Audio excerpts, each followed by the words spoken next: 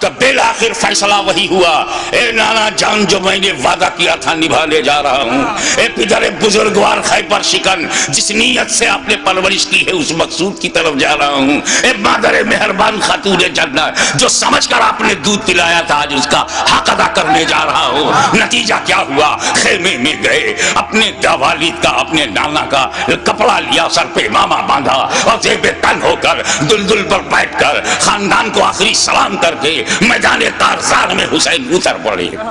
ایر لگائی، گھوڑے کو ناز ہے کہ آج امام میرے اوپر ہے، امام کو ناز ہے کہ گھوڑا بھی میرا وفادار ہے۔ چل پڑے۔ امام نے یزیدی لشکر پر جب حملہ کیا، وار کیا، یزیدیوں میں انتشار پیدا ہو گیا۔ حیدری کچھار کا شیر نر جب بفر کر زیادی بھیڑیوں پر حملہ آور ہوا تو کشتوں کے پشتے لگا دیا، لاشوں کا ڈھیر لگا دیا۔ بھوکا پیاسا حسین کھاتے پیتوں کو کٹتا ہوا چلا جا رہا ہے۔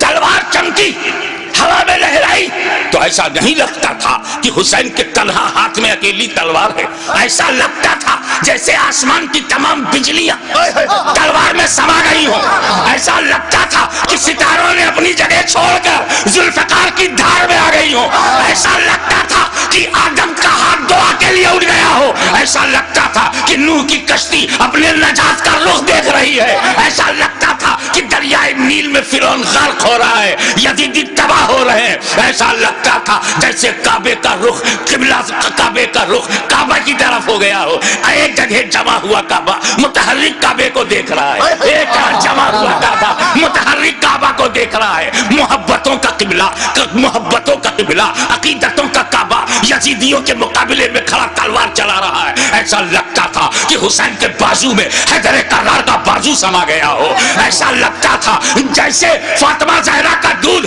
حسین کی رگوں میں نیا خون بن گیا ہو، ایسا لگتا تھا آپ نعرہ بند کیجئے، ایسا لگتا تھا جیسے تمام جنہ انتظار دے رہے ہیں، داد شجاعت دے رہے ہیں اور ان کی دعاؤں میں فرشتوں کی آمین شامل ہو گئی ہو، ایسا لگتا تھا کہ صداقت سمٹ گئی ہے، ایسا لگتا تھا کہ عدالت نے پکڑ لیا ہے، ایسا لگتا تھا کہ سیادت نے اپنے جلوے دکھا دیے ہیں، ایسا لگتا تھا کہ تنہا حسین میں جرأت موسیٰ بھی ہے، استقامت ابراہیم بھی ہے، ارادہ اسماعیل بھی ہے۔ اس وقت سامنے شیطان تھا، اسماعیل کا ارادہ پہاڑ تھا، اس وقت یزیدی فوج ہے، حسین کا ارادہ پہاڑ ہے۔ تلوار چلتی رہی، کشتوں کے پشتے لگتے رہے، لاشوں کے ڈھیر لگا دیے۔ اب اس تلوار کو روکا کیسے جائے؟ اس تلوار کا رکنا یزیدی نقطہ نظر سے بہت ضروری تھا۔ یہ تلوار رکے گی تو یزیدی بچیں گے۔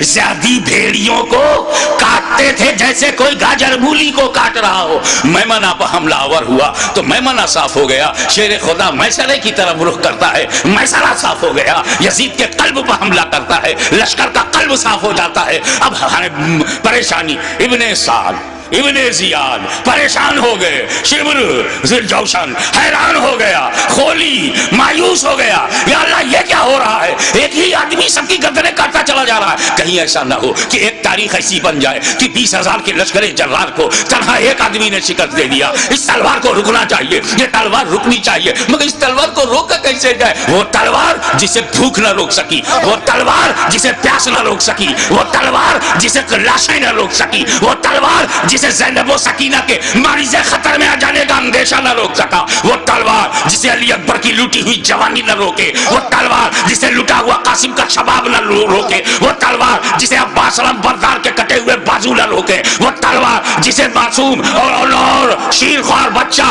علی اصغر کی موت نہ روک سکے، اس تلوار کو کوئی روک نہیں سکتا۔ زمین بھی تائید میں ہے، آسمان بھی حمایت میں ہے، فضا بھی مددگار ہے، اس تلوار کو کوئی روک نہیں سکتا۔ وہ تلوار جو بھوک سے نہ رکے، پیاس سے نہ رکے، قتل سے نہ رکے، خیموں میں لاشیں لے جانے سے نہ رکے، اچانک وہ تلوار رک گئی، وہ تلوار رک گئی، بس یہی نازک سا موڑ ہے، وہ تلوار رک گئی، بھوک سے نہیں، پیاس سے نہیں، شہیدوں کی شہادت سے نہیں، بہو بیٹیوں اور بہنوں کے خطرے میں جانے کے اندیشے سے نہیں رکی، وہ تلوار اس لیے رک گئی کہ نماز کا وقت ہو گیا۔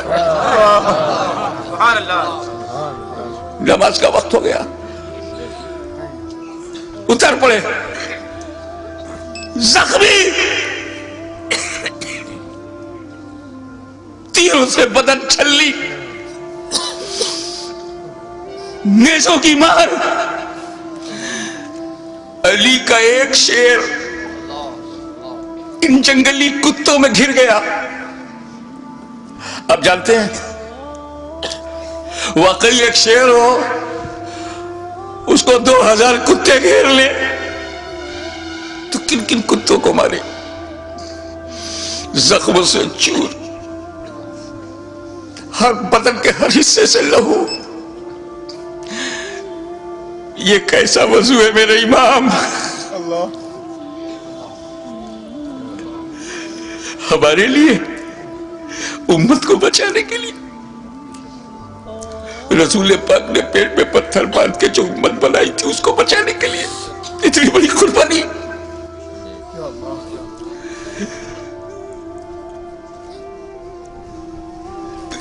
زمین پر گرے سجدے میں، یزیدیوں نے سوچا بس یہی موقع ہے، اگر یہ اٹھے گا شیر تو پھر مارے گا، اسے اٹھنے نہ دو۔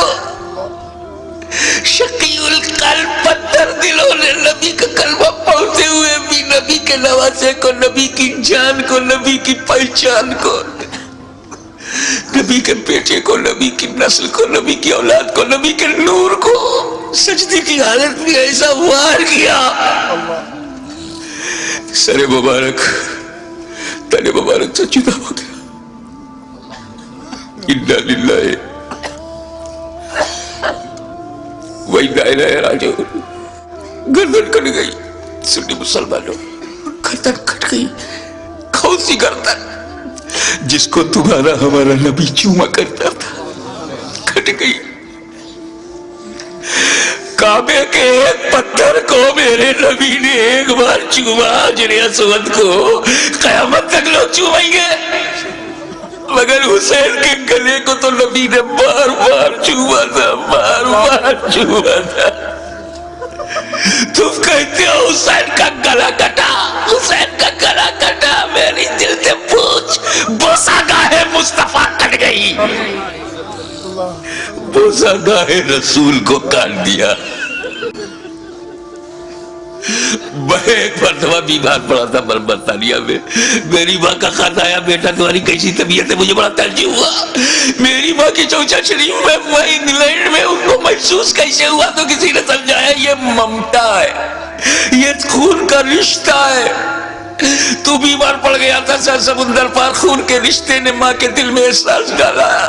ارے جب ماں بیٹے میں احساس کا یہ رشتہ ہوتا ہے تو جب حسین کا گلا کٹا ہوگا تو لب مصطفیٰ پہ کیا گزری ہوگی؟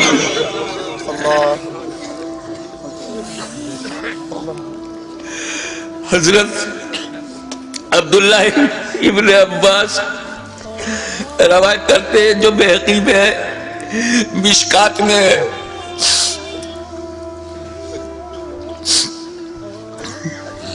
کہ ام المومنین ام سلمہ نے خواب میں دیکھا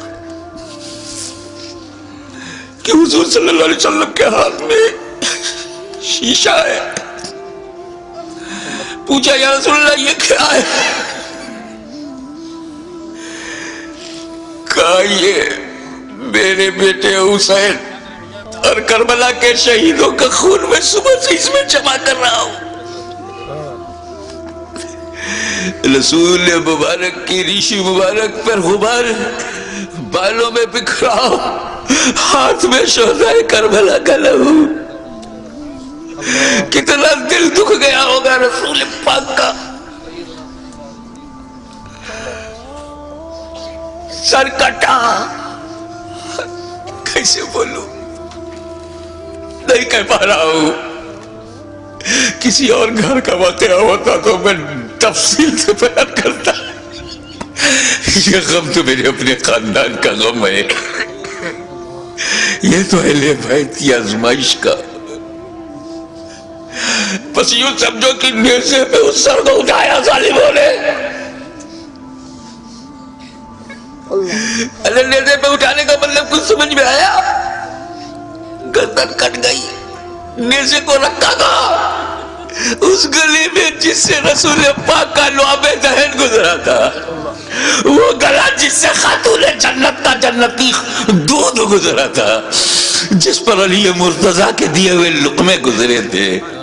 امام علی مقام کے گلے میں وہ گلا کٹا ہوا دیکھا ہوگا نا، جب گلا کٹتا ہے تو ایک اسی میں ڈال دیا۔ ارے جسے نبی چومتے تھے اس پہ تم نے نوکے نیزا، یزیدیو تم نے کل بھی حسین کو ستایا تھا، آج بھی ستا رہے ہو۔ فرق یہ ہے کہ کل نوکے نیزا سے تکلیف پہنچائی تھی، آج اپنی تقریروں میں نوکے زبان سے تکلیف پہنچا رہے ہو، نوکے قلم سے تکلیف پہنچا رہے ہو۔ یاد رکھو حسین نے امت کو اسی لیے بچایا ہے کہ ساری زندگی امت حسین پر قربان ہوتی رہے گی، حسین پر ہم اپنی جان دیتے رہیں گے۔ نیزے پہ اٹھا لیا، یہ تو ہندوستان کا کوئی اتیاچاری بھی نہیں کرتا، نیزے پہ اٹھا لیا، حسین کے سر مبارک کو نوکے نیزہ پہ رکھ کر اٹھا دیا، جلوس نکالا، نوکے نیزہ پہ بلند کر دیا امام کا سر، اور وہیں سے میرا امام اپنے غلاموں کو آخری درس دے رہا ہے۔ اے میرے غلاموں دیکھو، یزیدیوں کی بھیڑ میں، یزیدیوں کے لشکر میں تیرا امام کا سر اوپر ہے، تیرے امام کا سر اوپر ہے، تیرے امام کا سر بلند ہے، یعنی جن کا سر کٹا نہیں ان کا سر نیچے ہے، جس کا کٹ گیا وہ سر بلند ہے۔ تبھی تو غریب نواز نے کہا سردار ندار دست یزید حقا کی بنائے لا الہ حسین۔